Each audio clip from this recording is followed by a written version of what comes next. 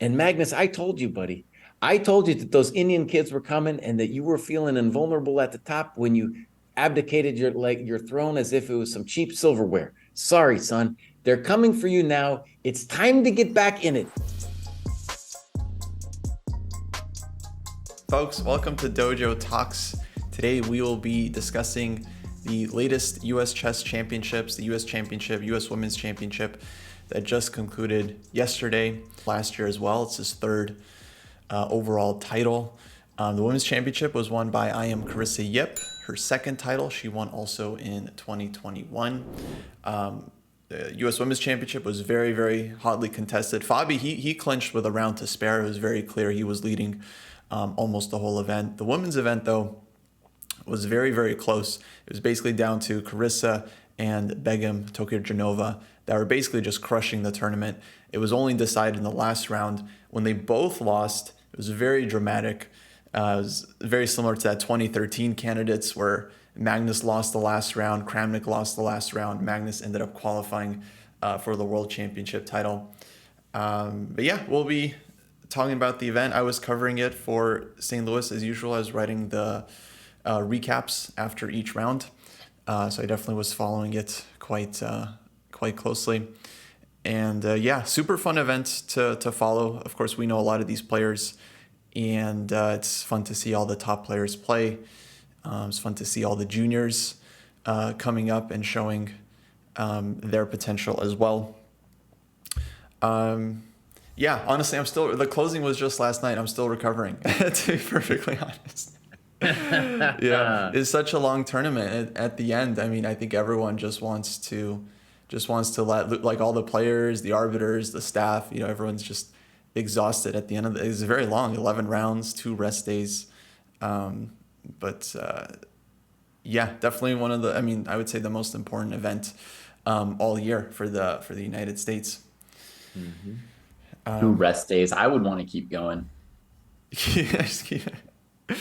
Yeah, I mean, it was brutal. Well, first question for you guys, our usual starting question: how much did you follow the event? How interested were you in this event overall?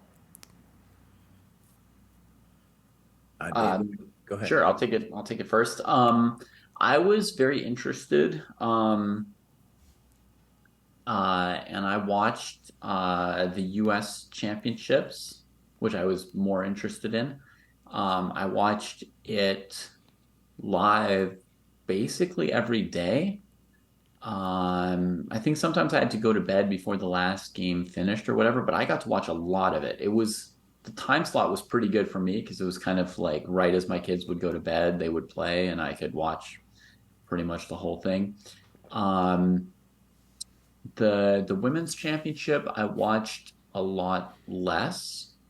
I don't know exactly. I guess I'm more. I guess I have more to learn from like the 2700 games, so that's probably why. Or maybe it's just like my habit. Like whenever 2700s play, I watch their games pretty much. So that could be for any tournament, but I won't always watch every tournament live. But any game that shows up at 2700chess.com, I'll click through it. That's just part of my day, like waking up and going to sleep and breathing. So yeah, so I watched it. I found it pretty interesting. I guess I'll pass it to Jesse there. Sure. Yeah, for me, it was less about like the drama of who's going to win it and the individual storylines. So, for example, this Mishra kid, we're going to talk more about him later, but that was an amazing storyline. How real is this kid? I'm not sure yet, but this was like a really big indication that the kid is for real, right? And even though he's American, it's still kind of also part of this bigger question we're going to have to do a Dojo Talks on, which is the Indian chess boom, right? It's just a stunning thing. And I would say this last week with the Qatar Masters and then this thing going on with Mishra, it's just like, oh my gosh. It's like we're just taking over. In fact, quick thing, I was doing some opening work today and I was reviewing games from like the 90s and early 2000s. all, all top games, all Eastern European names, or European names, And now we're just like, it just hit me like what a big transformation is happening in the chess world at the top. Mm-hmm. Also interesting, Niemann. Niemann gets a chance to play this tournament. He's allowed to play, of course. How real is the kid? The kid has a lot of pressure on him, of course, because if he doesn't perform at a plus 2,700 plus level, then people are going to be doubting, all this stuff, right? He's doubting himself, right? That was an interesting storyline to me. Friend of the dojo, Sam Shankland. This kid has worked hard to be over 2,700. I think he's fallen below 2,700 now. And that's hard, dude. That's just like that's a big pressure on him to get back over. And arguably, this whole thing also we got to talk about with in terms of the ratings is the rating deflation thing seems like it's very real, that it's finally reaching the top, right? Touching the coconuts of a friend Sam, So that might be happening there as well. Yeah. With the even women, Maggie, nobody's even anymore. It's touching Maggie this week. So dude, it's really touching Maggie, man. Well, in fact, Magnus, it might be time for me to give you my announcement, boss. I was going to save this for later, but your name has been dropped. But it's the U.S. Championship episode. Listen, buddy. The reason that this is why it has to do with the U.S. Championship. Fabi is now had a couple hard years, and now it's looking like he's coming back over 2,800. Okay, beautiful. I, as a fan of Fabi, had some doubts because he was like doing podcasting stuff, and I was like, maybe his heart is no longer in it to win it. Maybe he's just relaxed even from doing the podcast. Maybe it allowed him a little bit of extra freedom. He's doing great. And Magnus, I told you, buddy, I told you that those Indian kids were coming and that you were feeling invulnerable at the top when you abdicated your throne as if it was some cheap silverware. Sorry, son. They're coming for you now. It's time to get back in it. You still have a chance, boss, before it's all taken away from you, because they're blooding your nose hard now, son.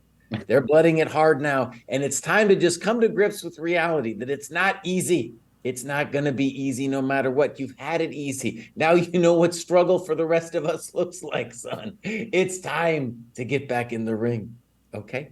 There it is. That was my little Magnus rant. That had to come. Definitely part of the U.S. Championship story, though, because both of these championships are happening side by side.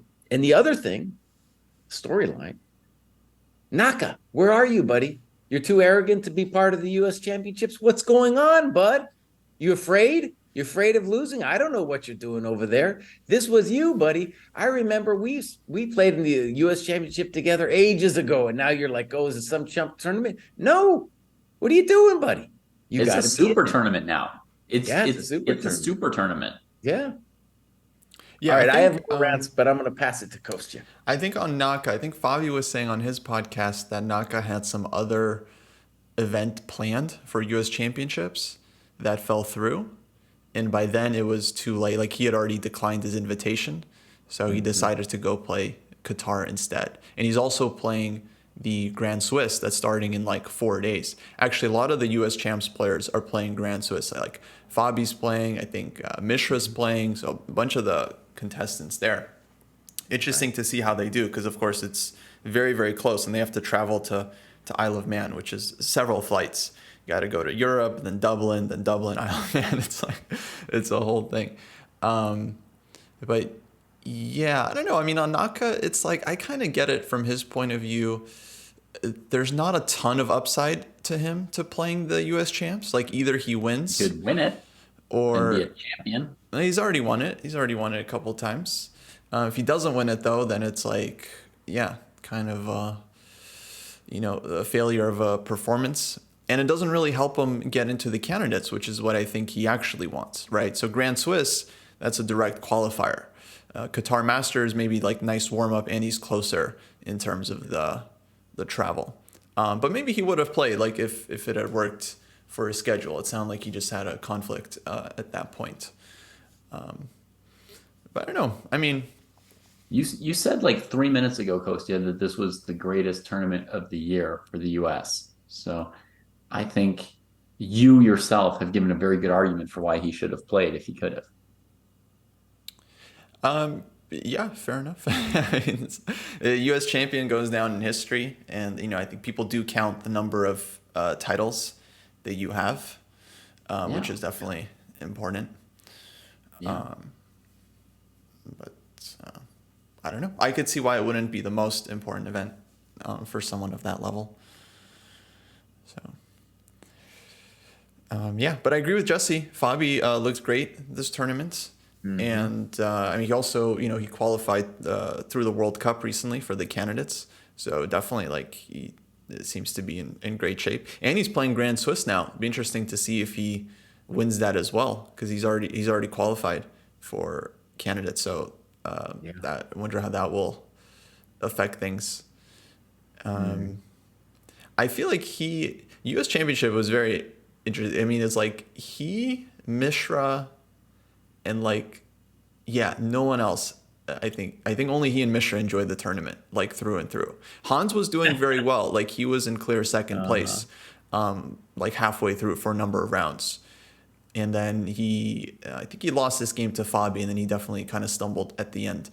But yeah, for the most part, it just seemed like just a handful of players were enjoying the tournament. Fabi, Mishra, Carissa Yip, Begum, and that was it. Everyone else is just like struggling up and down. With the exception maybe Alice Lee. Alice Lee started off poorly, half out of 3, but then finished 7 out of 8. So I'm sure she was quite pumped by the end of the event. yeah.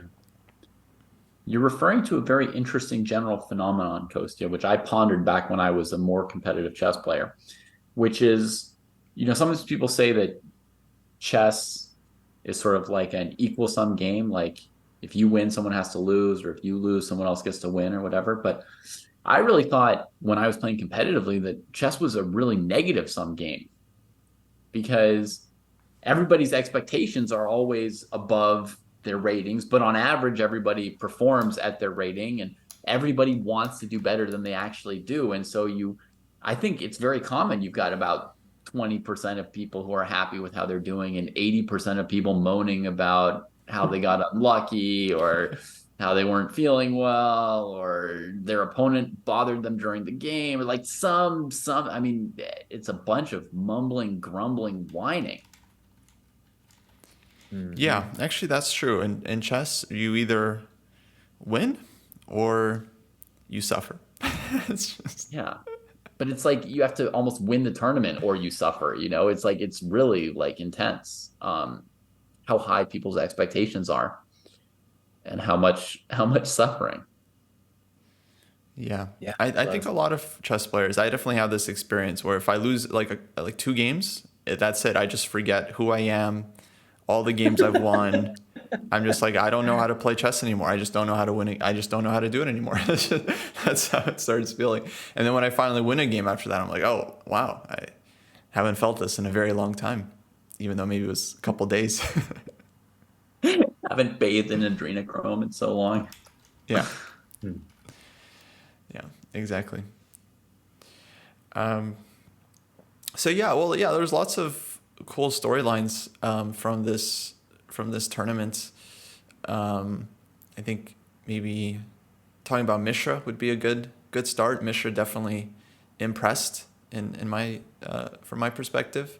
David pointed out that he won 5 games, which was just as many as So, Dominguez, and Aronian combined.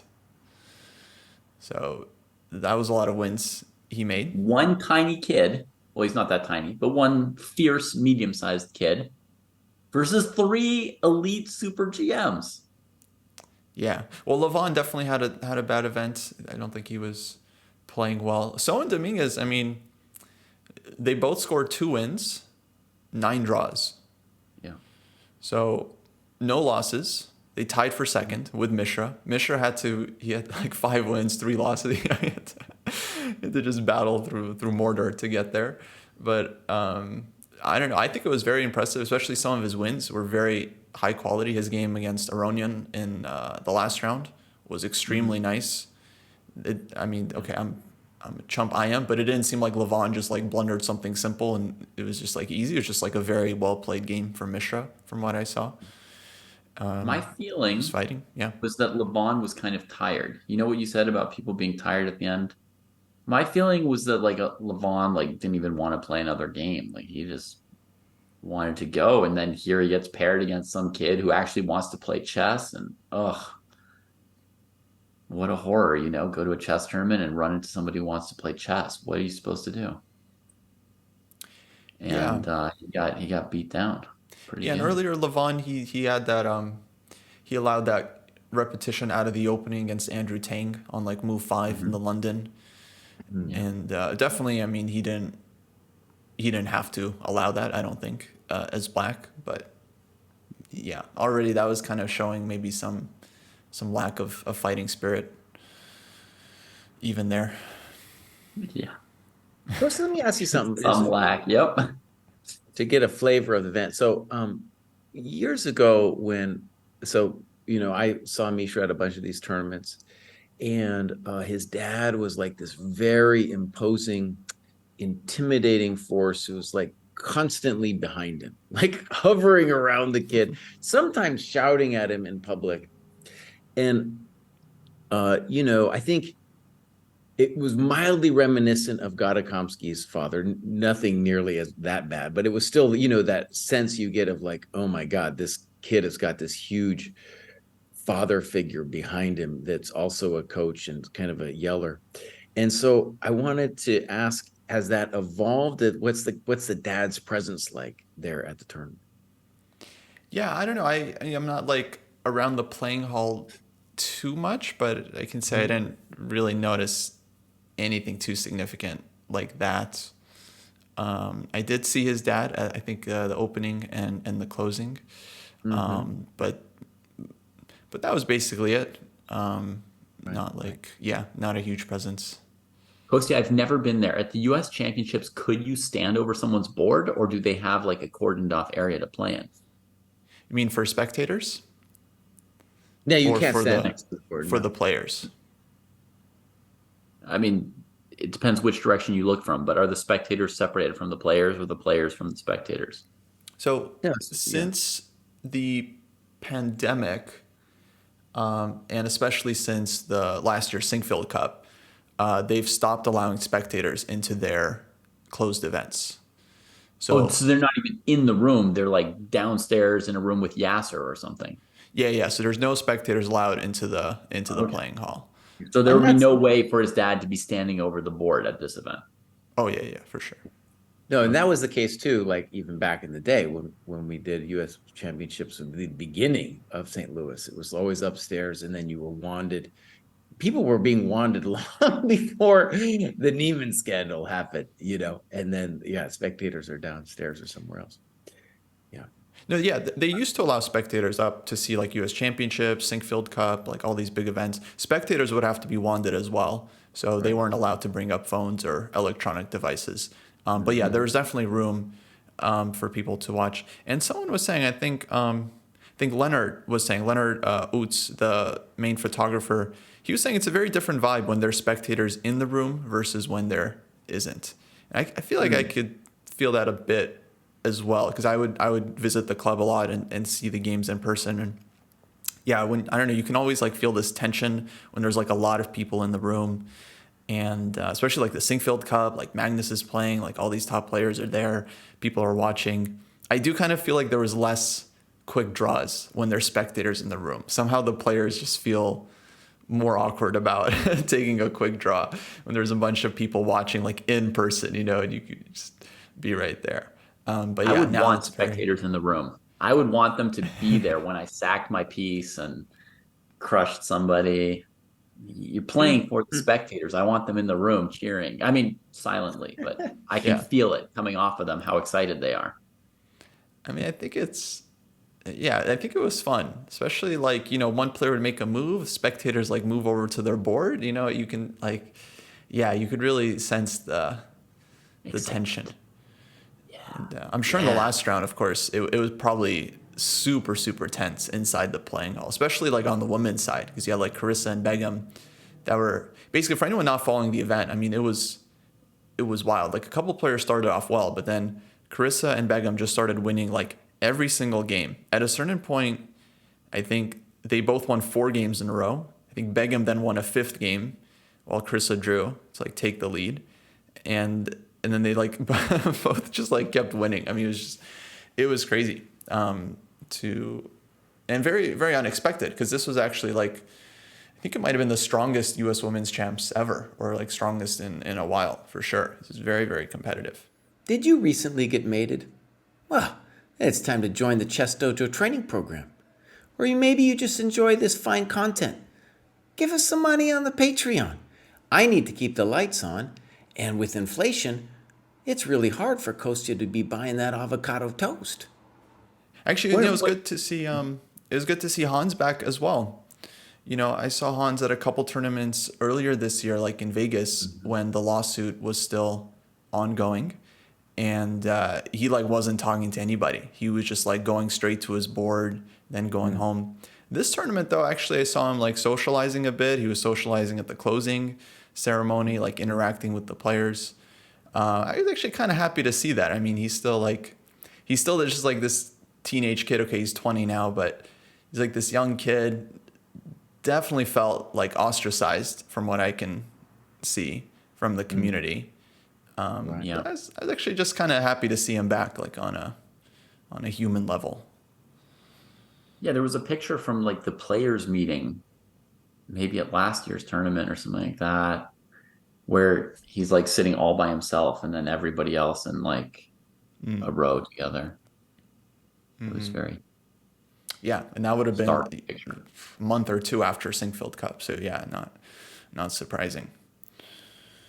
But yeah, it's good to see him back. His interviews are definitely still very entertaining. Yeah.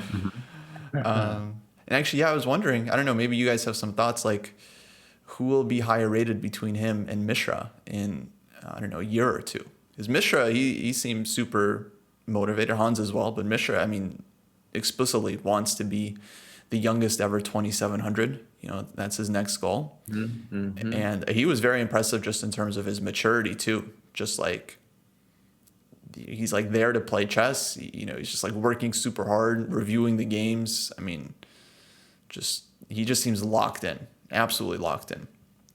And Mishra did break 2600. Yes. Yeah, during this event, he gained something like 20 points, and he's now like Yes. 2615 live FIDE rating at 14 years old. Yeah, boss. No. It's obvious to me that Mishra's going to surpass Niemann quickly. What are we talking about? Give me a break. Wow. I mean, Niemann's going to struggle to make 2,700 ever again, dude. Mishra's on the path. Mishra, dude, could be a contender for the whole thing. Dude. You know? Oh, man. Yeah, for sure. And that's where, you know, when you start thinking about U.S. talent, and if Mishra goes on the same path he's now on, well, then we have our team is even stronger, dude. You know? Amazing. Our team is stunning, you know? So no, I think Niemann, I think he's going to struggle to make 2,700, and that's going to be a hard road for the dude. But Mishra, I expect to be there, I don't know, a couple of years. Yeah. Might not even be that long. Niemann's also going to be 2,700 again, probably. Okay. But I'm just saying, he's just going to pass the he might make 2,700 again. This is why I want to do the draft. I want to do this show where we draft the juniors, because I bet we have lots of disagreements about who's going to be the highest rated in a couple of years. I think it would be. Yeah. But Mishra was amazing at this tournament. And really the question is, you know, do any of us think that this was an aberration, or is he already as good as his performance rating here? Which was, let's say his performance rating was probably something like 2756 or something like that. Pretty high, dude. Yeah. Well, he definitely showed some very good chess. I mean, I would say like his strength clearly seems to be his level of calculation. Actually, I think I told David this story before, but at the opening ceremony, there was a few of us trying to solve this endgame study, and we were working on it for like 5-10 minutes. We figured out maybe the first 3-4 moves, like me and Katerina Nemtsova, is women's GM, and then we called Mishra over, and I was gonna tell him like, all right, here's what we figured out about this study. Maybe you can help us figure out the rest. And then Katerina was like, no, let him catch up. We need the extra time. And sure enough, like he just started looking at the position, just like an engine, just going like variation 1, variation 2, variation 3, variation 10 seconds, guys. He had caught up to what it took us like at least 5 minutes, like calculating, like trying to figure out 10 seconds. He had caught up to us and was already surpassing us, finding the next move of the solution. And so his calculation, I mean, is just like insanely fast. His weakness may be more just on the opposite side of things. Like he lost this game to Hans actually with white that I thought was very interesting, where it was very technical game, and Hans honestly didn't make it even look that hard. It was just this like purely positional effort. Mishra made like a couple of inaccuracies, ended up worse in an endgame, and then was just losing a couple of moves later. So that might have been, an area for him where he can still improve his chess when there's not like he a played ton. Very hopelessly that game. Yeah, that game was like abysmal. Honestly, that one game, only that one. Yeah, and I feel like there wasn't a lot to like calculate in that position exactly, and so he like tried to do something, and then it ends up backfiring. So clearly he's not perfect player like 2700 just yet, but I mean, yeah, if he just keeps playing some of those games, also just like his fighting spirit, like this game he won against Shanklin, like Shanklin blundered deep into the end game, but like that was just such an intense game, like through and through, and he had to like really exert a lot of energy to actually win that one.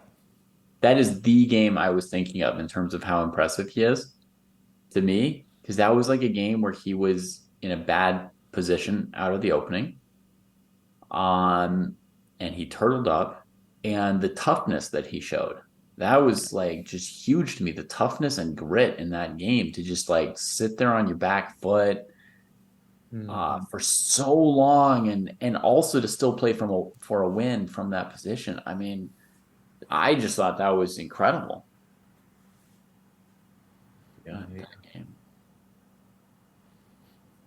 Yeah. I want to say a couple other storylines that really I'm interested in. Dominguez has always fascinated me. First of all, the guy is now 40.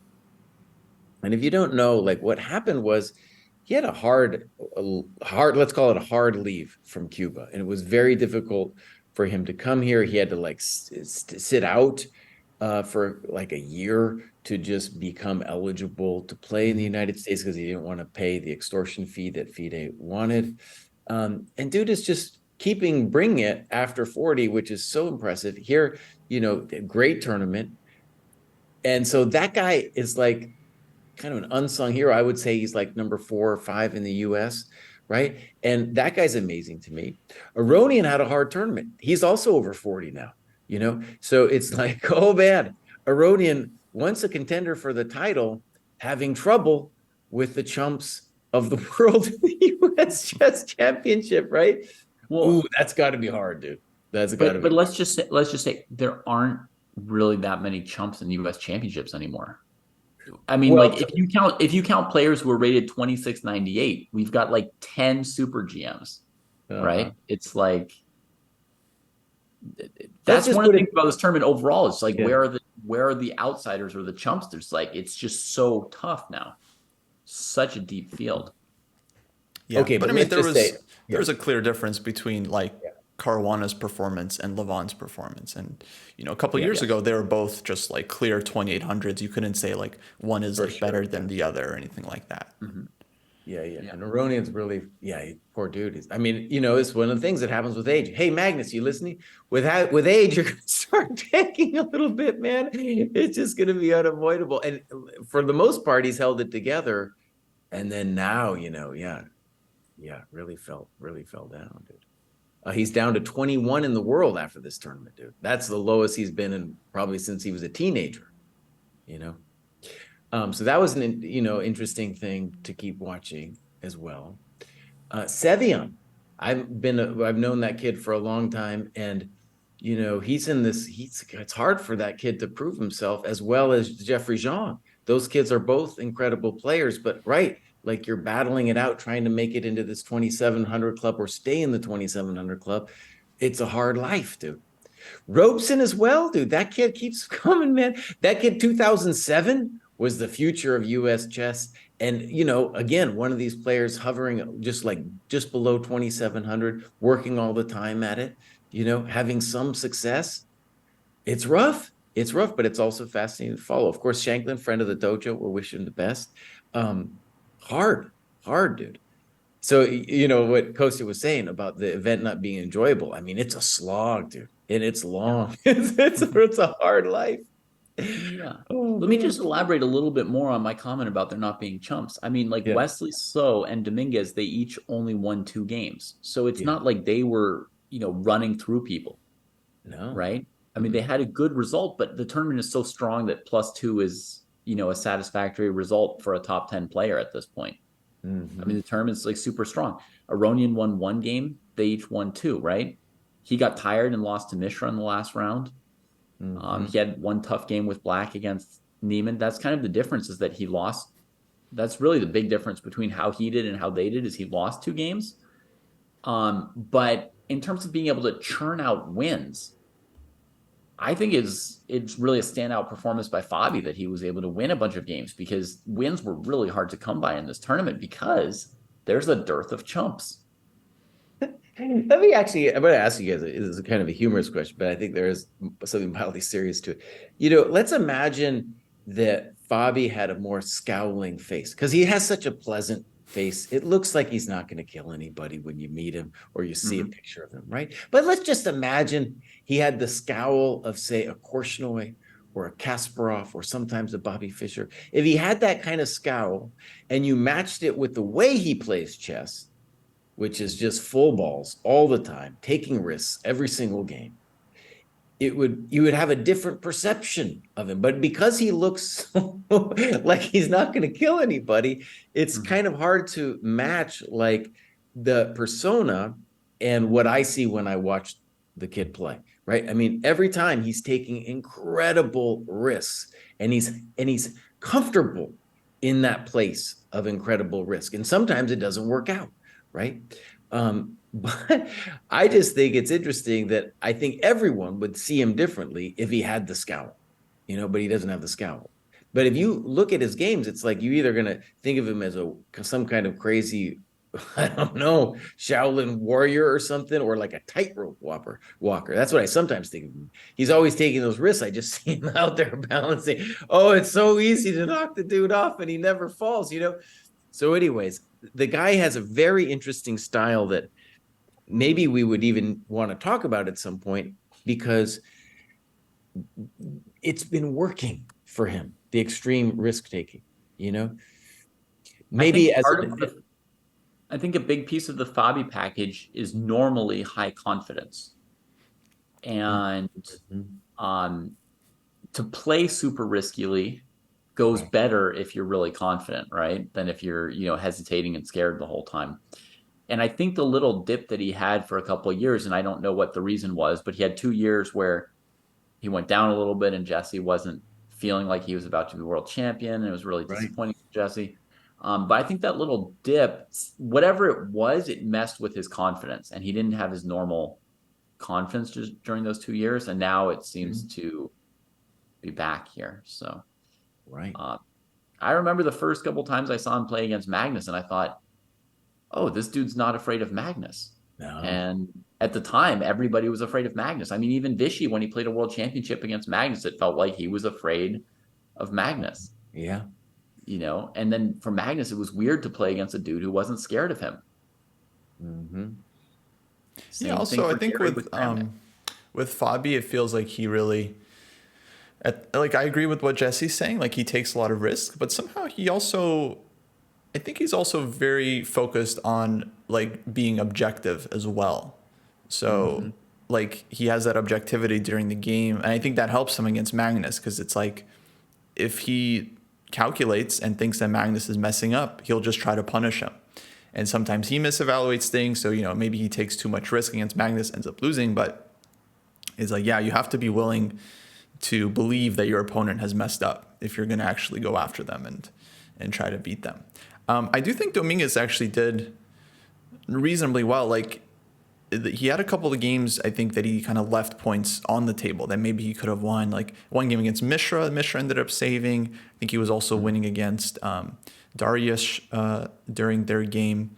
So I feel like actually he maybe could have done even. So I agree. I mean, Dominguez, very solid, maybe even like underrated from the fans' point of view because he just has this like very technical style, but that's really hard to like keep your level, just be this solid without like blundering, throwing away games, and collecting wins, with just very precise play. Wesley, on the other hand, he mentioned he was definitely struggling in the tournament. And even one of the games Wesley won against Robson, he was actually like losing that game for a good chunk of it. And then just in time trouble managed to swindle it into a win. So that wasn't even just like, clean win or anything like that. Yeah. Kostya, I have a question for you. The Dominguez game that you referenced with Mishra, was that an opposite colored bishop ending? Yeah, we saw that one on stream. It was like It was the middle one game. that we watched together, right? Yeah. That was a shocking half-point save for Mishra. That was also like incredible toughness and defense, the kind of half point you don't expect a kid. Yeah. No, absolutely. We were definitely thinking Dominguez is going to convert that one.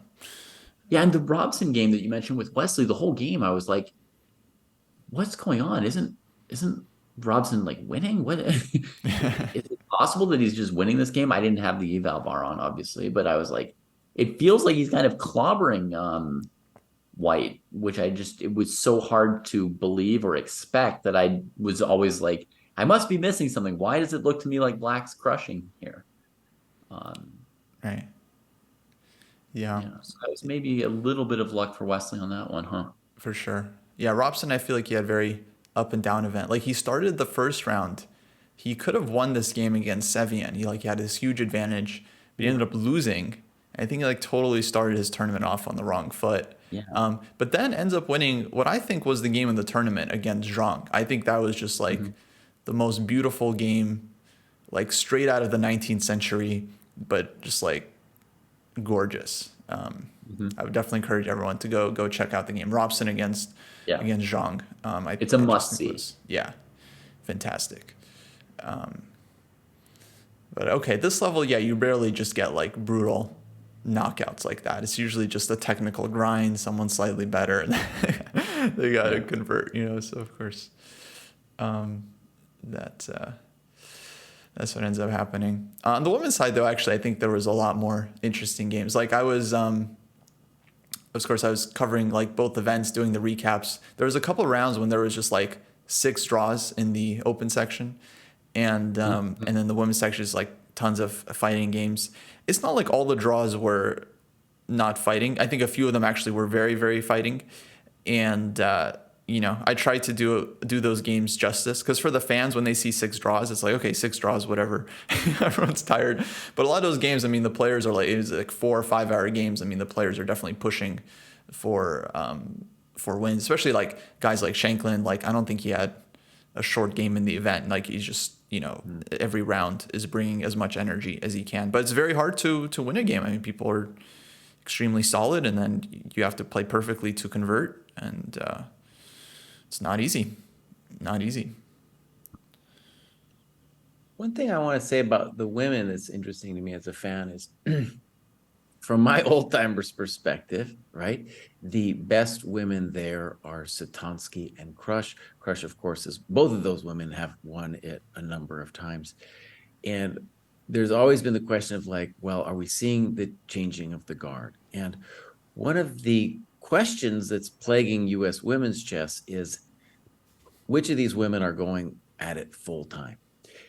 And at the moment, I would say for the most part, none of them are, except the very, very young, who have, maybe not had to face the choice of whether they're going to go to college or not. But we have a number of them in college. And then, of course, Irina and Satansky themselves, let's go, just dial it back. I feel both of those could have played more intently in terms of focusing on their own improvement, right? But for decades now, Irina, actually, I think Irina's big chance actually came at the GM house. She came out, dude. She was ready to study with us, right? For various reasons, though, she wasn't able to like focus down on training just really super intently. And which is a shame because I think now her time's passed to make, let's say, over consistently over 2,500, right? We have no women in over 2,500. There's 10 women in the world right now that are over 2,500. And I feel like Irina could be there if she really wanted to put in the work. Satansky as well. So from that perspective, even though I feel like both of those are the best women in the field, are these young kids going to do something about it? And I think what it would really take to both convince me as a fan and for it to actually happen is for some of these young women who, instead of going big time into college, which of them are going to say, I'm all in. I am all in. And what's cool about let's say just this women's event is if you are all in and you give everything to it, well, at least you're going to get at the very least, you're going to get one big payday from winning the U.S. Women's Championship every year. That is a job in and of itself. Yeah. Well, not just U.S. Women's Championship. The club is also doing the American Cup now as an annual event. That also has very nice prize fund. And Karen's Cup. Actually, it's funny you mentioned Satansky. She won the Karen's Cup this year where the field was mostly like these over 2,500 women. So yeah, clearly like she had that potential. But I mean, I think the whole world is, just waiting on Alice Lee now. Alice has just this insane potential to just be like a top player, not even like, only top female player, but just top player in general. I think we mentioned, she started off half out of 3, but then woke up, they got 7 out of 8 in the last rounds, like 6 wins, 2 draws, was playing really, really, really some nice games. I don't know what happened to her at the start. Maybe she was a little bit nervous or something. It's not clear. Like her first couple of games definitely weren't up to her usual quality, but Alice clearly seems like the future right now. Yeah, but I think Jesse framed this question really in an important way, because normally when you've got these promising chess players, the question is, how good are they? What's their ceiling? Can they surpass on strength, the old guard, whatever? But really the question is, are any of them going to be professional chess players? Because Irina was a professional chess player, is a professional chess player, right? I mean, she gave her time, her life, her heart to chess, right? She played tournament after tournament after tournament, whether or not she trained exactly in some particular way, but I mean, she was a chess player. And we've had many promising female chess players in the junior ranks in the last 5 to 10 years, and we've got maybe 4 of them are in college right now and hardly playing chess, right? Carissa, who won this tournament, Annie Wang, who I think maybe a few years ago, I think she may have gotten second in the U.S. Championship when she was 16 or something. Right. And then she went to college. She basically hasn't played for 3 years. Jennifer Yu, yeah. Who would even skip a U.S. Women's Championship in order to study for school or whatever. I know she played this year, but she missed a year. So many. Yeah, no, Jen was saying did too. Yeah. So Jen, actually, she's won 2 U.S. Women's Championship, which is already incredible. But she was saying this year, actually, and I think even last year when she won, that she was juggling the tournament and doing exams and homework from Harvard. So not getting a lot of sleep, not doing any prep for the games, opening prep, because she just her time is just split. So the problem is they're not just going to school. They're they're smart enough to get into Ivy League schools, which are obviously going to be super, super demanding, Harvard, Stanford. So, yeah. When I look at Carissa's trajectory, I think no doubt she could have been over 2,500 FIDE by now if she hadn't gone to school. No doubt. And one of the weird things too is with this whole, especially in America, of Asian kids that we have doing really well, part of their narrative, and I hear this from the parents, is, oh, if my kid makes it to such and such level, then that will give them greater chances to make it into Stanford and Harvard. And for a lot of these kids, that's actually been true. that narrative has paid out. And so in Yeah. that sense, for a lot of these parents and families, the chess journey has to do actually with school, which Yeah. is like for the chess world, it's like, oh, wait a second, where'd you go? Where'd you go? You had a spot here, things were happening. Yeah, I Yeah. mean, basically everyone we've just talked about is either at MIT, Harvard, Stanford, but And I Alice will think get the somewhere along the same way, invites, Harvard's, Yeah. they're all going to invite Alice. Like if she wants, like I'm sure yeah. she'll have no problem getting in. At the same time, I think somewhere along the way they must have all loved chess and gone, an extra mile and further than they needed to go to get into a school, right? Like you don't have to win the U.S. Women's Championship to get into school. At some point, you're a world youth, whatever, it's on your resume, you're a master. But I think they got into it, and then for whatever reason, the rug is pulled out of from under the chess career. I wonder, if it's their decision or the parents' decision or whatever. But when it comes to Alice Lee, and I don't like too much pressure being put on kids, but I think really the question with Alice is not what is her chess potential, but does she want to do chess as a profession? Do her parents, envision and accept that? I think Yeah. that's sort of the big question because her talent is insane. And it is true. A lot of like the students that I worked with, even students at like the World Youth, World Cadet, that are already just some of the top kids in the world. I talk to them and they're like, yeah, I'm doing this. I'm hoping it looks good on the college applications. I'm like, Mhm. oh man, but you'd be like a world champion here. Like that was the issue I had actually when I was growing up. I wasn't like super talented, but I was one of the top kids in the country. I was playing nationals. But in my head, I honestly did not see chess as a career. I didn't even see it as a thing that people do. It was strictly a weekend hobby for me. It was very similar to how like, kids do karate or tennis on the weekends, and I would often like juggle those things. And it was only later, like I was like 16 or 17, I started learning about like chess culture that I realized like, oh, there's actually like chess is actually a very real thing that people go into and can dedicate their lives into. And I did wish that as a kid, someone maybe like a coach or something would have like sat me down and explained it to me more soberly that they're actually like, like this is like a thing you can do. Yeah. Right. And have it as Yeah. a topic of reflection, right? Like, let's talk about this. You don't need to decide now, but let's know that, there are these options and we can think about them. Yeah, yeah, exactly. Other sports do have that. Like, I feel like when you have young kids playing like basketball or football, they already have that kind of track in their mind. Like, they want to be in the NBA one day or the NFL one day. They want to be a pro athlete, even when they're super young, like 9, 10 years old. As chess players, we don't have that a whole lot, but we do see it. So, for example, Mishra has had this goal for many years. I think he's like openly stated he wants to be world champion. I think Magnus probably also early on had like very, very high hopes. So it does happen for sure, but it's rare. Yeah. And me too, Kostya. I wanted to be world champion. When you were a kid? Yeah. I mean, I wasn't a little kid because I wasn't playing chess yet, but like in high school, I wanted to be world champion.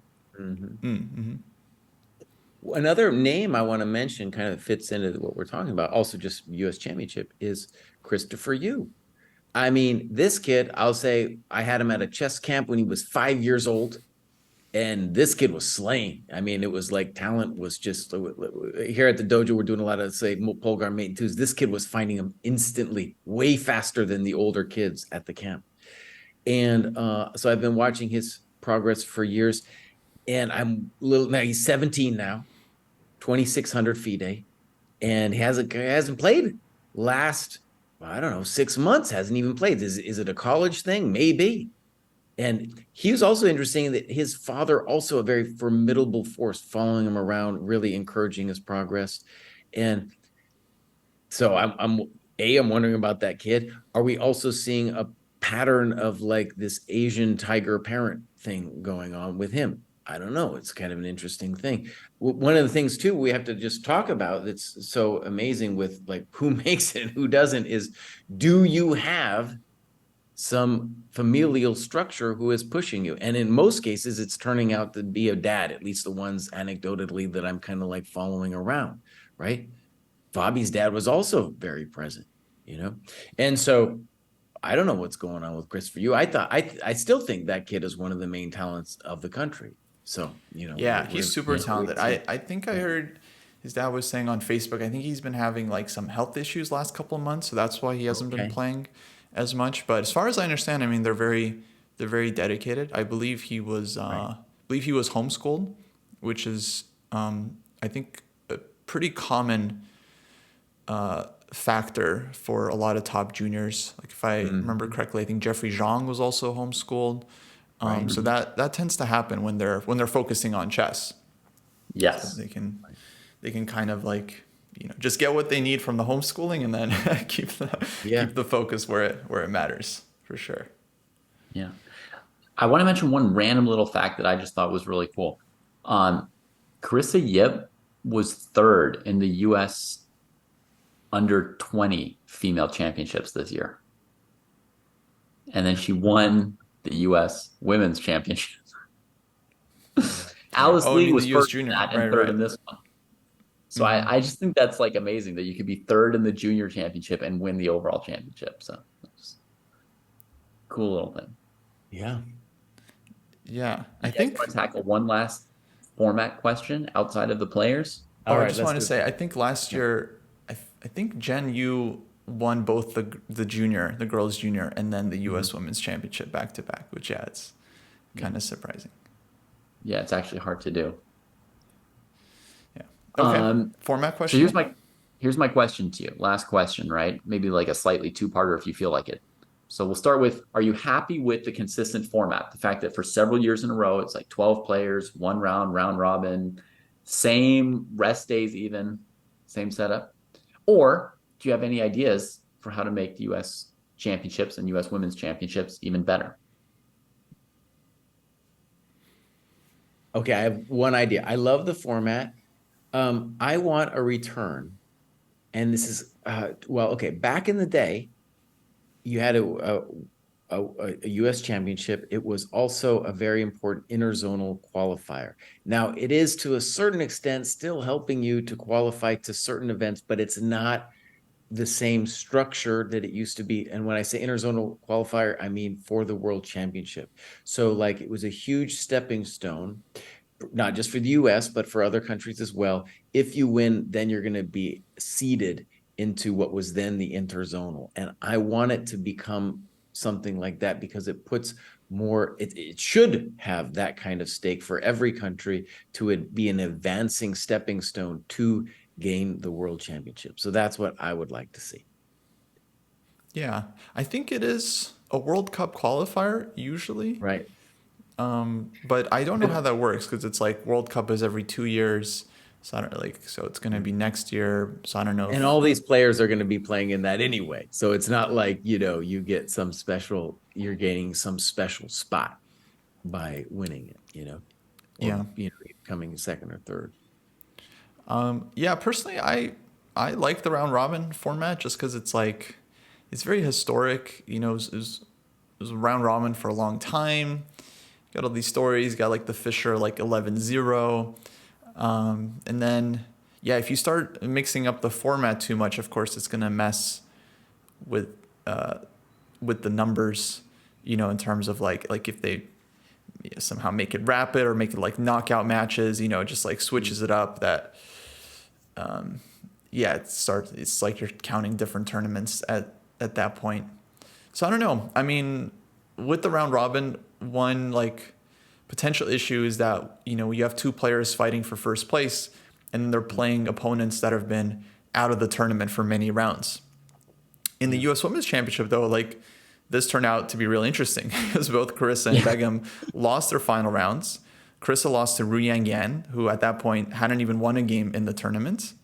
Right. But as far as I heard, she really wanted to win a game. So she was, in fact, a very dangerous opponent for Carissa at that time.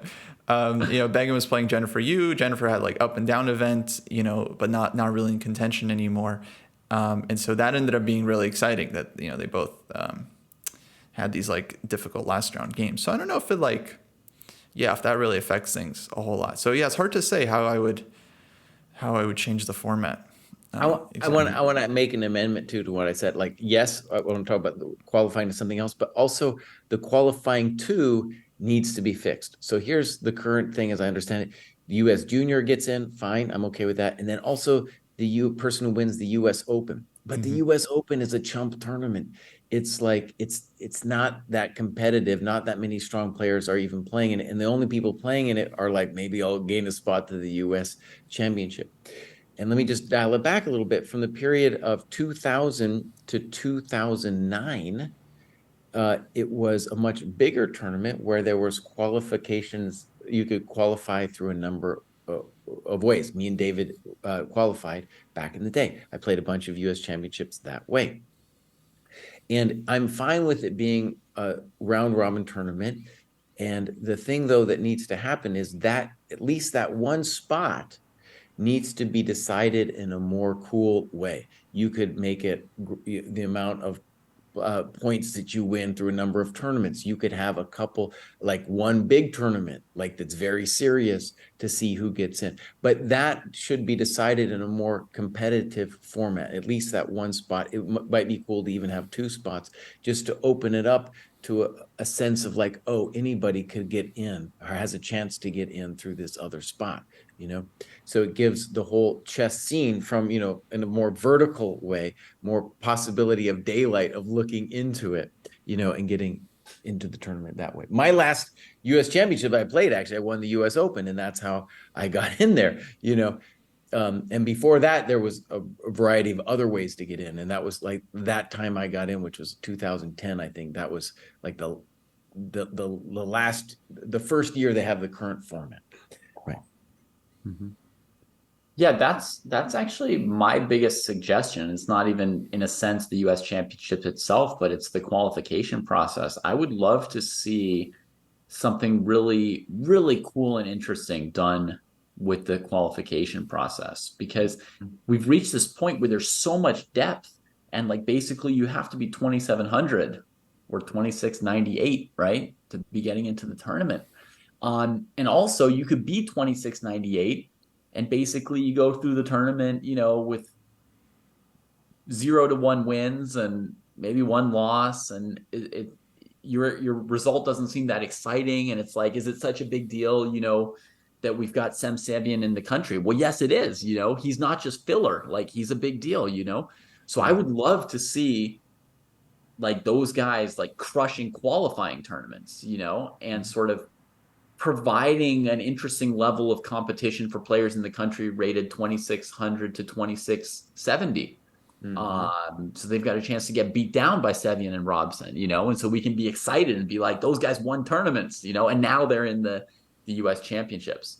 So I think we should do something more exciting with it. And I don't know the details of how the Russian championship works, but the Russian championship is always called like the highest. They've got some kind of a league system, right? Right. And I'd be curious to hear how they do it and see if that might be a cool thing to do, where there's sort of like different levels you can like fight your way up, and it could be an accomplishment to get into the U.S. championship. Yeah. It's already an accomplishment, right? But a more interesting competitive accomplishment than just like your rating was at a certain level. And yeah, back in the day, the Soviet thing was great, dude. They had the quarterfinal, they had the semifinal, and then you made it to the top. What a great system, dude. Yeah. Fantastic. And those quarterfinals, dude, you look at those names and you're like, oh, dang, that was some stiff competition, man. And they were playing like 25-round tournaments too. So it was like, it was brutal. Yeah. And I think that would be really great for the whole country's chess culture to sort of work towards the pinnacle of that event.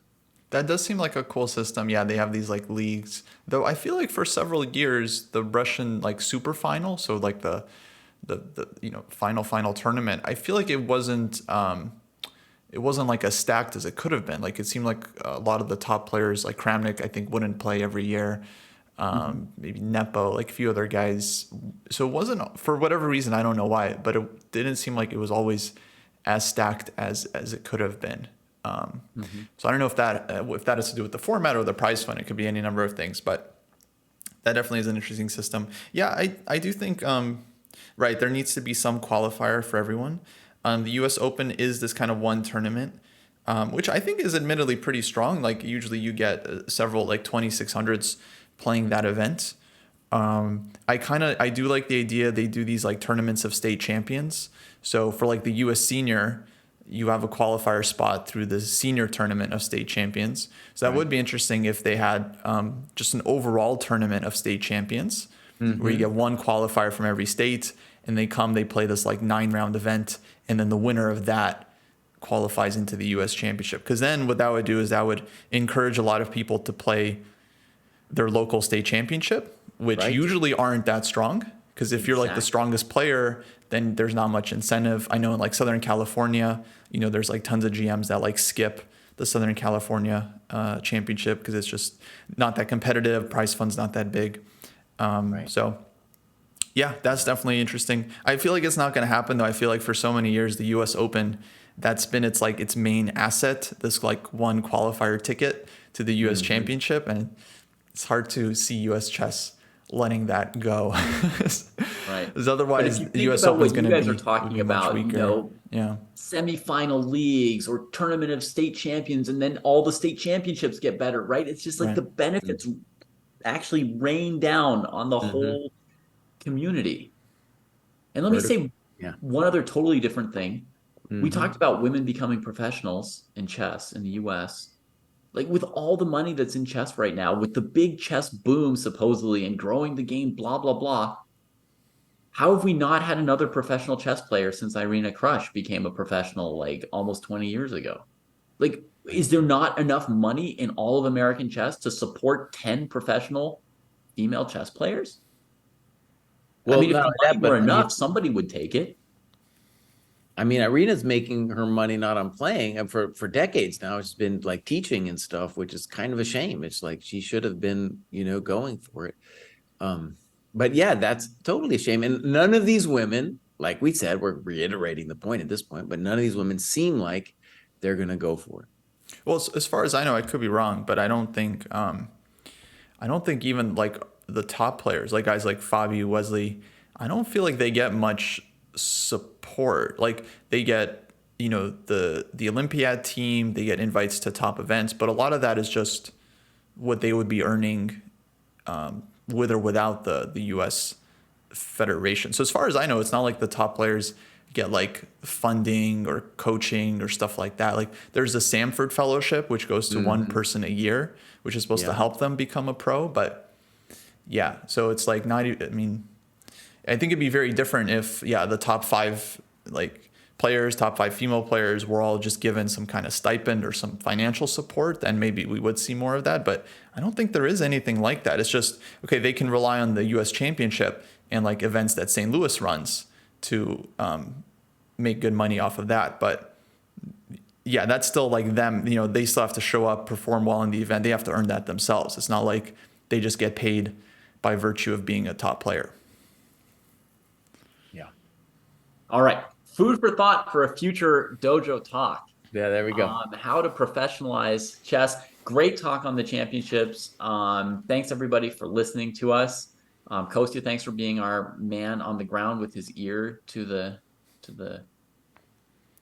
No problem. the whatever, the news. And we'll see you all at the next Dojo Talk. All right. Thanks, guys.